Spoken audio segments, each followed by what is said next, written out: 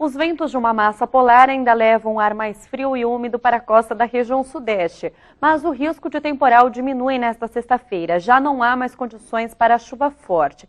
A região serrana do Rio de Janeiro e algumas cidades ainda da região sudeste devem ficar atentas porque, como o solo ainda está muito molhado, qualquer chuva ainda pode causar deslizamentos. Mas nesta sexta-feira já não há mais risco para temporais. A região serrana do Rio de Janeiro ainda deve ter pancadas de chuva um pouco mais fortes e as outras áreas mais escuras do mapa, pegando o leste de Minas Gerais, todo o estado do Rio de Janeiro, um dia mais instável com sol entre muitas nuvens e pancadas de chuva a qualquer hora do dia. O leste de São Paulo ainda vai ficar com a temperatura um pouco baixa, céu nublado e possibilidade de garoa. Na região metropolitana, deve garoar no período da manhã e no período da noite. Durante a tarde, o sol até aparece um pouquinho mais, mas sempre entre muita nebulosidade. A temperatura consegue subir um pouquinho mais, mas ainda fica amena durante a tarde. O interior paulista fica sem expectativa de chuva, assim como o oeste de Minas Gerais. O estado do Espírito Santo fica com o tempo fechado e chuvoso nesta sexta-feira.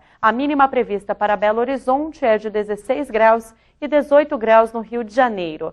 Máxima de 22 graus em São Paulo e 28 graus em Vitória.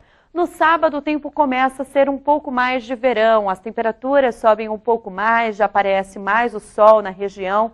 As pancadas de chuva podem acontecer a qualquer hora do dia no estado do Rio, no Espírito Santo e no leste de Minas Gerais, pegando a região de Belo Horizonte. A região metropolitana de São Paulo só deve ter pancadas de chuva entre a tarde e a noite, mas no litoral chove a qualquer hora. As demais áreas só devem ter pancadas isoladas de chuva entre a tarde e a noite. Não há risco para grandes temporais. Nos próximos dias deve chover em torno de 75 milímetros da região do Triângulo Mineiro à região metropolitana do Rio de Janeiro. O norte do Rio pode alcançar os 125 milímetros de chuva. Ao leste de São Paulo também pode ter algumas pancadas de chuva que passam dos 50 milímetros e as demais áreas da região devem variar entre 20 e 40 milímetros.